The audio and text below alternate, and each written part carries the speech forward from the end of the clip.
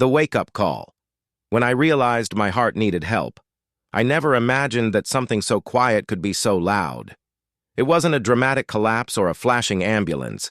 It was just a strange tightness in my chest one morning while tying my shoes. I paused, breathed, and told myself it was just stiffness, or maybe indigestion. I shrugged it off like so many of us do. After all, I wasn't 30 anymore. Aches and weird feelings were just part of the package, right? But deep down, something felt off. That morning was the beginning of a shift I didn't see coming. Not long after, I noticed I was getting winded, faster. Not just during walks, but even when getting the mail or climbing stairs. I brushed it off again. I'm just tired, I told myself. Didn't sleep well, haven't been eating great, it'll pass. It didn't. Then came the afternoon that changed everything. I was sitting at the kitchen table with my granddaughter. She's 10, full of energy and questions. We were drawing flowers together, and she suddenly asked, "Grandpa, are you okay?" I looked up and realized my hands were trembling a bit. My breath was shallow. I didn't feel panicked, but I wasn't well either. My heart felt like it was knocking, not racing, but definitely trying to get my attention.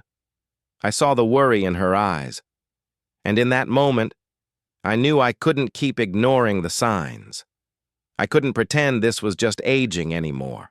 My body was sending me a message, and this time I decided to listen. That night, I sat in bed with the light off, staring at the ceiling. I kept thinking about all the things I still wanted to do. Travel, dance at my grandson's wedding, maybe even pick up painting again. But I also thought about the people I loved, my wife, my kids, my little granddaughter with her big worried eyes. The truth hit me hard. If I didn't start taking care of my heart, I might not be around for the moments that matter. So I made a promise to myself. It wasn't a New Year's resolution or a trendy health kick. It was a quiet vow to honor my heart, listen to it, and finally treat it with the respect it had always deserved. After all, it had been beating for me for over 6 decades without asking for much. Now, it needed me to step up. The next morning, I called my doctor. That visit was humbling. My blood pressure wasn't great. My cholesterol levels had crept up, without me noticing. And though I hadn't had a heart attack, I was officially in the at-risk category. That phrase hit me like a cold wind. At risk. Not sick, not dying, but standing at the edge of something, teetering, and the choices I made from here on out would either pull me back to safety or push me further into danger. It wasn't all doom and gloom, though. My doctor looked me in the eye and said something that stuck with me. "You're not too late. The heart is remarkably responsive. It wants to heal." That line lit a spark inside me. Maybe I had spent years pushing my health to the back burner. But now I had a chance to reclaim control. Not through fear, but through purpose. That same week, I started learning everything I could about heart health, especially for people over 65. I wasn't looking for miracle cures or fancy gadgets. I just wanted to understand what my heart needed and how to give it that.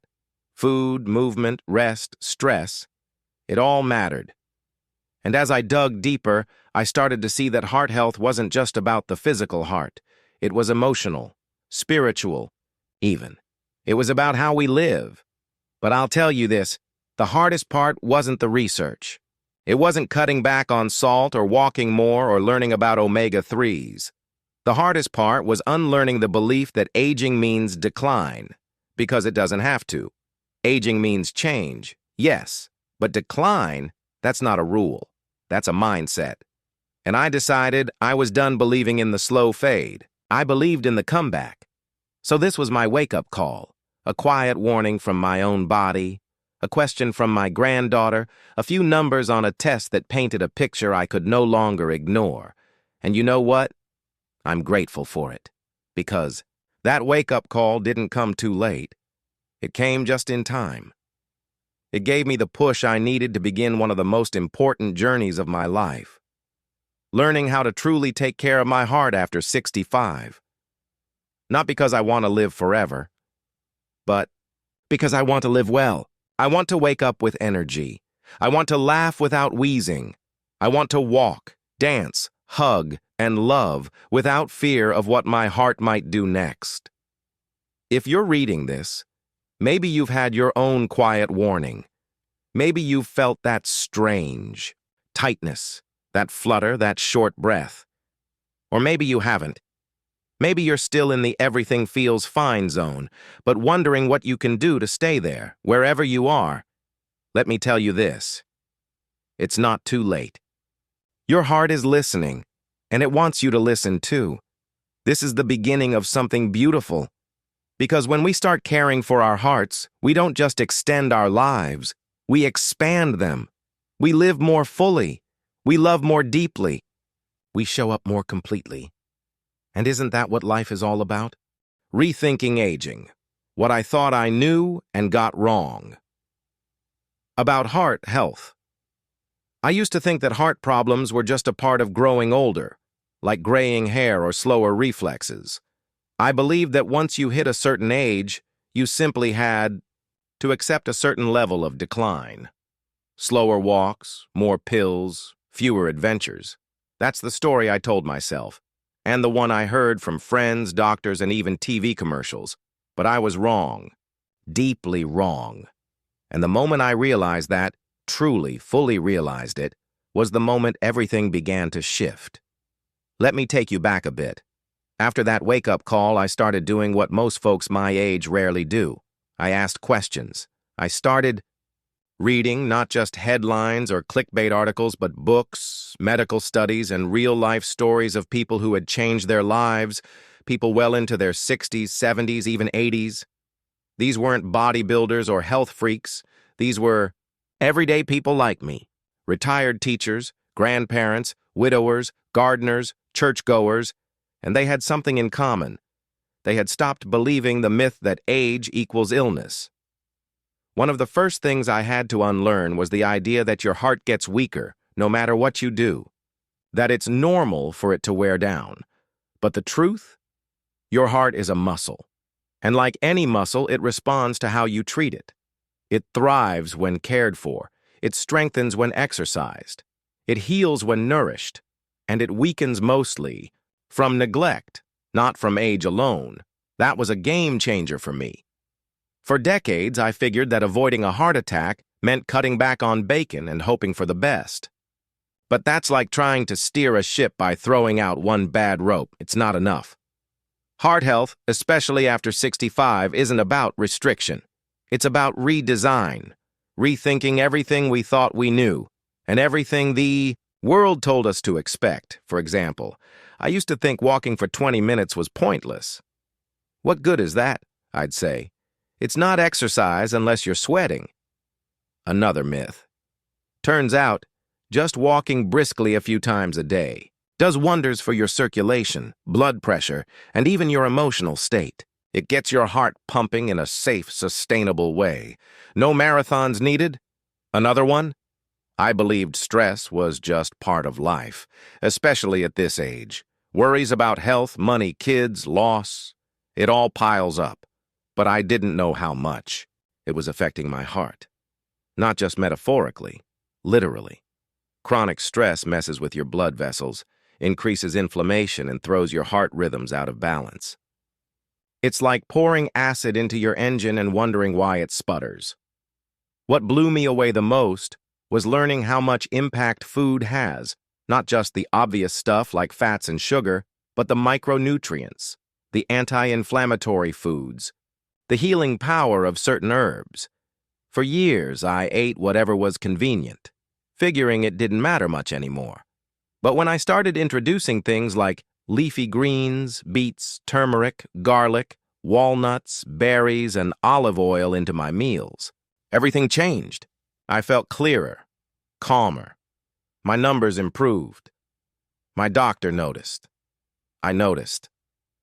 I realized then that our bodies want to heal, Even in our 60s, 70s, and beyond, they're constantly trying to restore balance if we just stop interrupting the process. And that's when I got angry. I was angry that no one had told me this before. That for years, I'd believed the silent story society tells us. You're old, slow down. Take your pills. Accept it. No one told me about cellular repair, about nitric oxide from vegetables, about how laughter, sunlight, hydration, and deep breathing all affect heart rhythm, about how spending time with people you love can literally extend your life. All of that matters tremendously. But we don't hear it because most messaging for people over 65 is passive, defensive. Don't die, instead of live well. That shift in mindset, from survival to vitality, is what changed my heart more than anything else. I stopped focusing on what I couldn't do and started celebrating what I still could. I may not run marathons, but I walk daily. I dance when no one's watching. I stretch. I breathe. I laugh out loud, even if it's just at a rerun of something silly. I also started asking better questions at doctor visits. I didn't just accept prescriptions without understanding their purpose. I asked about side effects, about alternatives. I brought in notebooks. I became an active participant in my own care, not just a patient waiting for instructions. And let me say this clearly. None of this was about chasing youth. I'm not trying to be 30 again. I'm proud of my age. I've earned every wrinkle, every silver hair. But I want to age with strength, clarity, and peace, not pills, confusion, and fear. If I could go back and talk to my 50-year-old self, I'd say this. Don't wait until something scares you into changing. Don't believe decline is the default. Your best years can still be ahead, not just behind. We need to rewrite the story of aging, especially when it comes to the heart. Because our hearts are not machines with expiration dates. They're living, pulsing, emotional, miraculous organs that beat with possibility. They're storytellers, memory holders, life givers, and they're listening to us.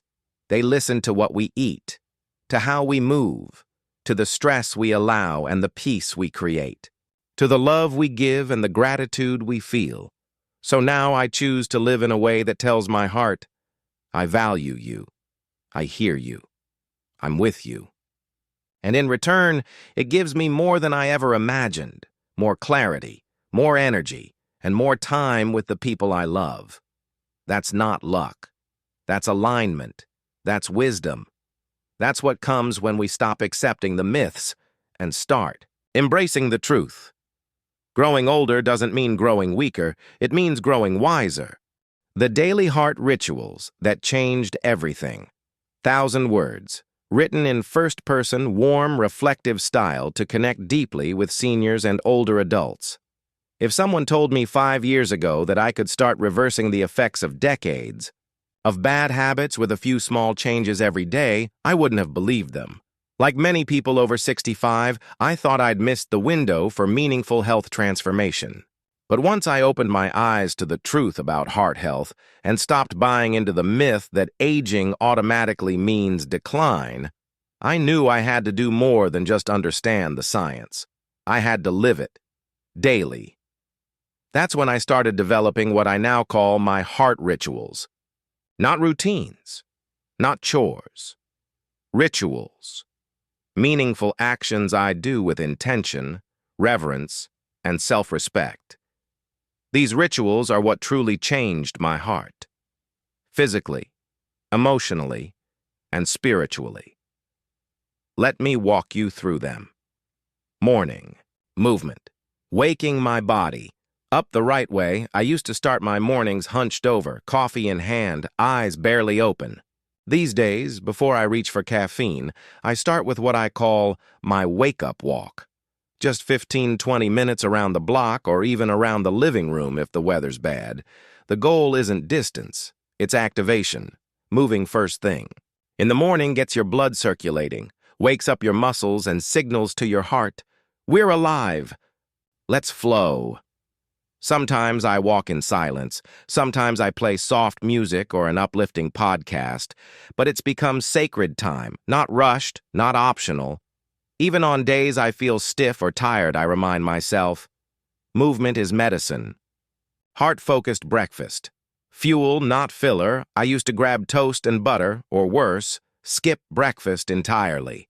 Now I look at my first meal as fuel for the most important engine in my body. Oatmeal with flaxseed, walnuts, and berries has become my go-to. I drizzle in a little honey and sometimes a spoonful of peanut butter for protein. It's packed with omega-3s, fiber, and antioxidants, all heart heroes. I also started drinking a glass of warm water with lemon first thing. It helps hydrate my system and gently flushes toxins from the night before. It's a small shift, but it sends a clear message to my body. Today, we nourish. Today, we build. The 10-minute calm. Reducing stress before it starts. This one surprised me the most and has perhaps made the biggest difference. Every morning, right after breakfast, I sit in silence for 10 minutes. I call it my calm zone.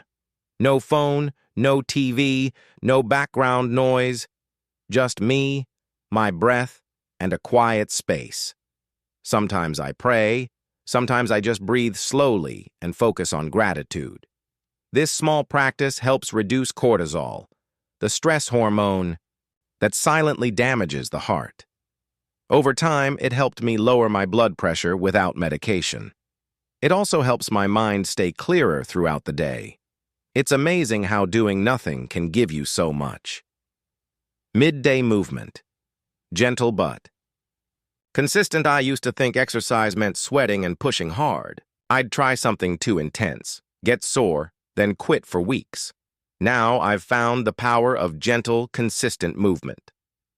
Around noon or after lunch, I go for a second walk or do a light stretching routine. Sometimes I follow a YouTube video for seniors.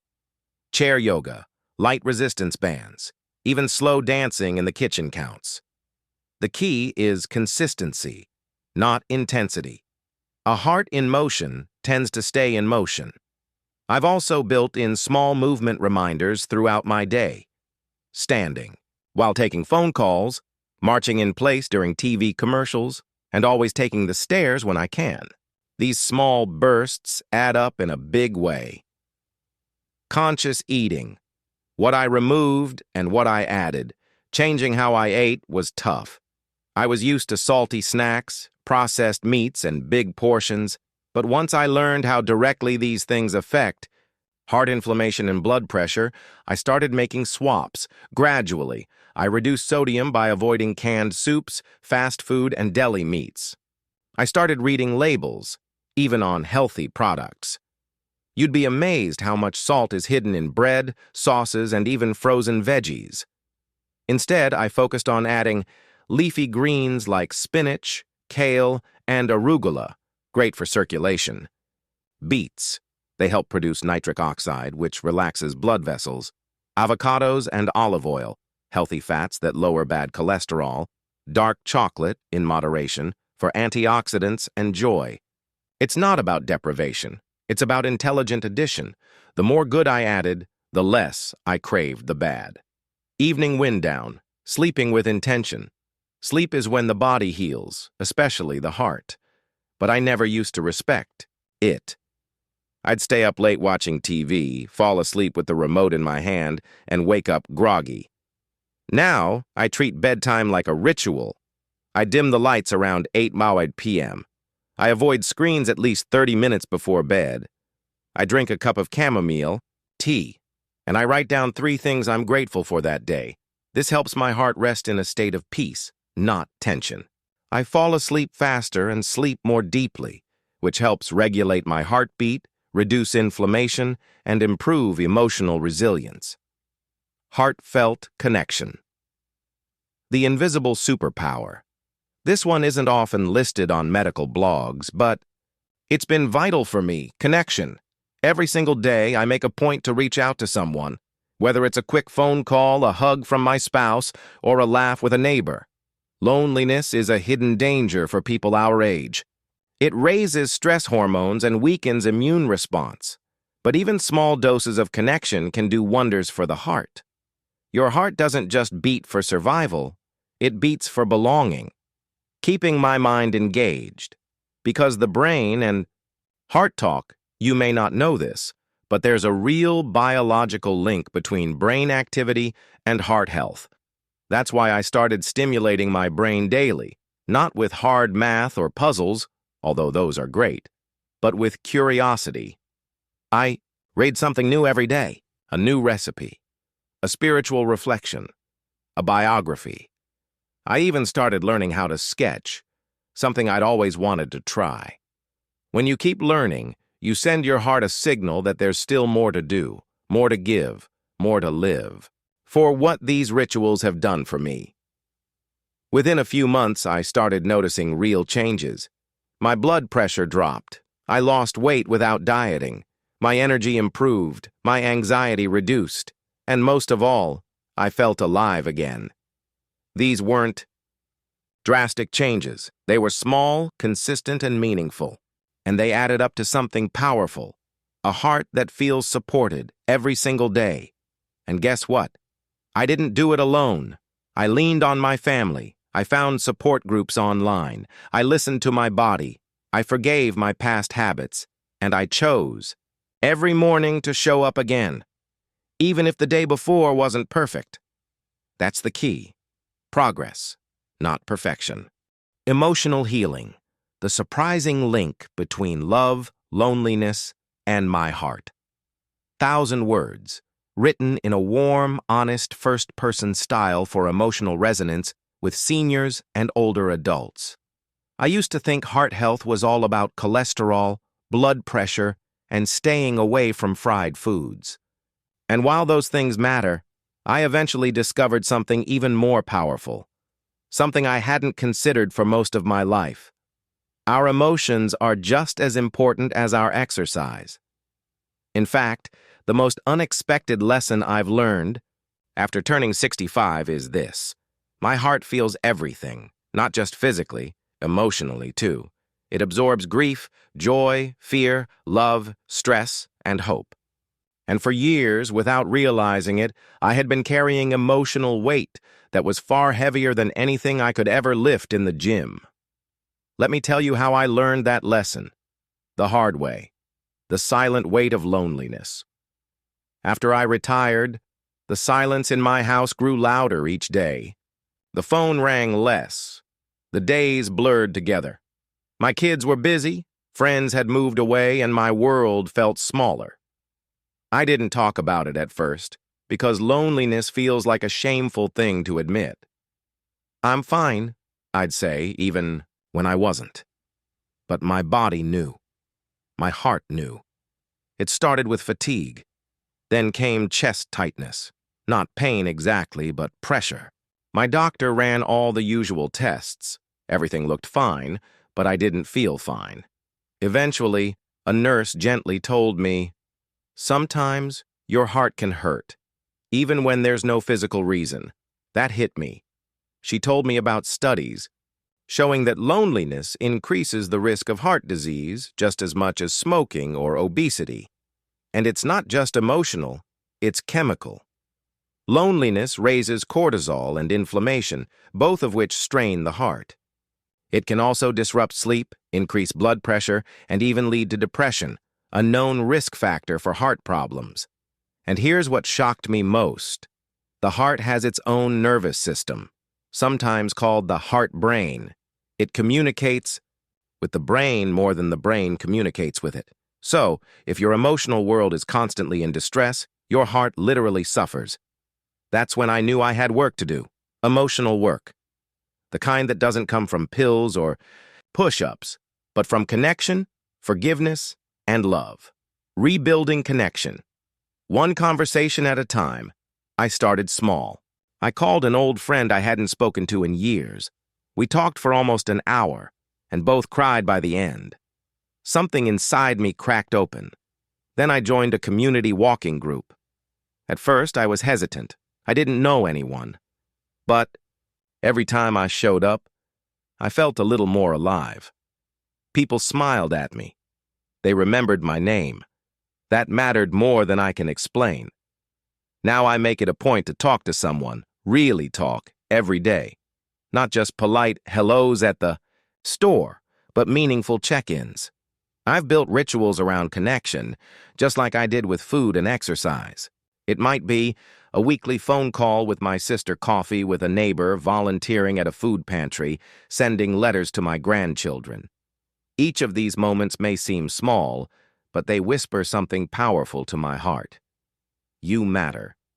You are not alone. And the heart listens. Speaking my truth. Letting the emotions flow. Another powerful change came when I started speaking more honestly about my feelings. For decades, I held things in. Anger, grief, fear, regret. I thought that's what strong people did. But the truth is, repressed emotion is heavy, and it weighs directly on your chest. I had to let go of some emotional clutter. I started journaling in the mornings, just a few sentences about what I was really feeling. At first, I didn't think it would help, but after a few weeks, I noticed I was breathing easier, sleeping better, laughing more. Then I began sharing parts of that with others. In safe, trusted spaces, a support group at my church, a therapist my daughter recommended, even talking openly with my adult son about past hurts between us. None of that was easy, but every time I told the truth, my heart felt lighter. Not just figuratively, physically. Forgiveness. A healing force. I didn't expect one of the most powerful changes in my heart. Health didn't come from something I did. It came from something I released. Forgiveness. There were people I'd held resentment toward for years, people who had hurt me, disappointed me, even betrayed me. Some were alive. Some were long gone. But their presence lived inside me like a weight. A friend once told me, resentment is like drinking poison and expecting the other person to suffer. I finally understood that carrying those feelings wasn't protecting me, it was punishing me. So I started the process of forgiving, not for them, but for me. That didn't mean forgetting or excusing, it meant letting go. It meant choosing peace over poison. And when I did, something inside my chest softened. That's the only way I can describe it. A softening. As if my heart sighed and said, thank you. Joy and play, the emotions that strengthen. The heart. We talk a lot about reducing stress, but not enough about adding joy. So I made that a daily ritual too. I started asking myself each morning, what would make me smile today? Sometimes it's music. I dance in the kitchen to oldies. Sometimes it's painting, or baking, or walking through the park just to watch the birds. Sometimes it's hugging my granddaughter and hearing her say, I love you, Papa. Joy strengthens the heart. Laughter improves circulation. Gratitude lowers blood pressure. Awe increases heart rate variability, a good thing. And even watching a sunset can improve your mood and support cardiac function. We weren't meant to just survive. We were meant to feel deeply, richly, joyfully. What I've learned, if I could go back and talk to my younger self, I wouldn't just say, eat better or move more. I'd say, pay attention to your feelings. Let love in. Release what doesn't serve you. Your heart isn't just a muscle. It's a mirror. My heart healed the most when I stopped ignoring my emotions and started nurturing them. When I allowed connection. When I practiced forgiveness. When I welcomed joy. And most importantly, when I stopped hiding my pain and started sharing my truth. Because in the end, what the heart wants most isn't perfection or protection. It wants presence. It wants to be felt, heard, and honored. Creating a heart-healthy legacy. What I want to leave behind. 1,000 words, written in a heartfelt, reflective first-person style to inspire lasting impact and connection with the audience. There's a certain clarity that comes with age. It doesn't arrive all at once. It creeps in slowly, like morning sunlight inching across a quiet room. And as it fills the corners of your life, you start to ask different questions, deeper questions. Not, what do I want to accomplish? But what do I want to leave behind? Not, how do I live longer? But how do I live in a way that echoes after I'm gone? That's the question I began asking myself after my 65th birthday. I had spent the past few years reversing old habits, healing old wounds, and finally giving my heart the care it always deserved. But something inside me knew it couldn't stop with me. I needed to make it bigger than myself. I needed to pass it on. Health as heritage. Giving more than genes. When we think of what we leave our children or grandchildren, we often think about money, property, or family heirlooms. But over time, I've come to believe the greatest legacy isn't material. It's how we live. I used to worry about the heart disease that ran in my family. My father had it, so did his brother. And here I was, in my 60s, wondering if my fate was already sealed. But that's when I learned something powerful. While we inherit our genes, we define our choices. And those choices, what we eat, how we move, how we manage stress, those are the true legacy we shape every day. So I made a decision. I would no longer pass down fear. I would pass down hope. Teaching through living, not lecturing. I've learned that telling my family what to do doesn't work nearly as well as showing them. When my granddaughter visits, we make smoothies together with spinach and berries. She thinks it's a game, but she's learning. When my son and I go for walks, we talk about life, not just heart health. But in those moments, he sees me active, energized, and present. Legacy isn't built through lectures. It's built through example.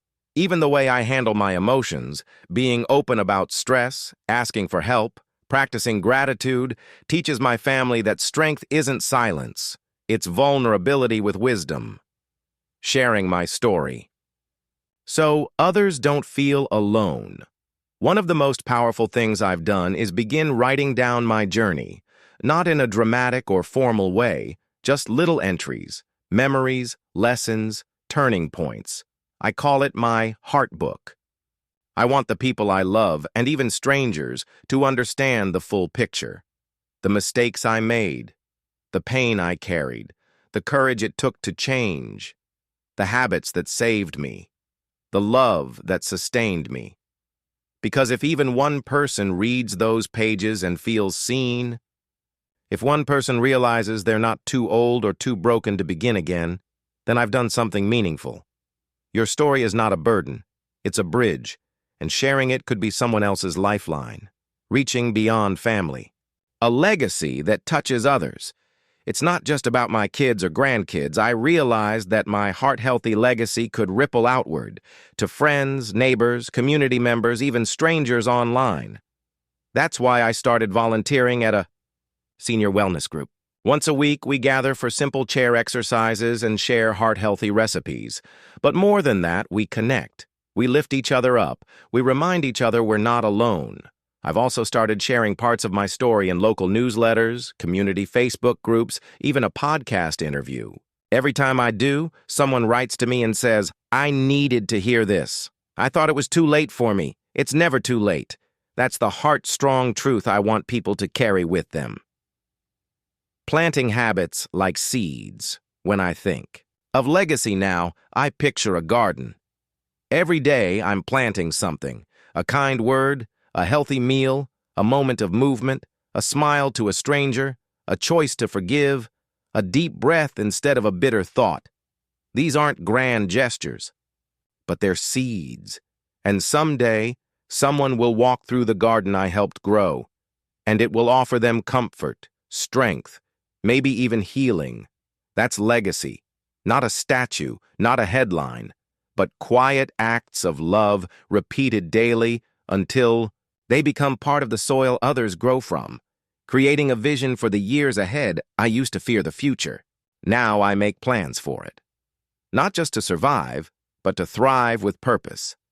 I've written down my heart legacy list, 10 things I want to do before age 80 that bring joy, health, and connection.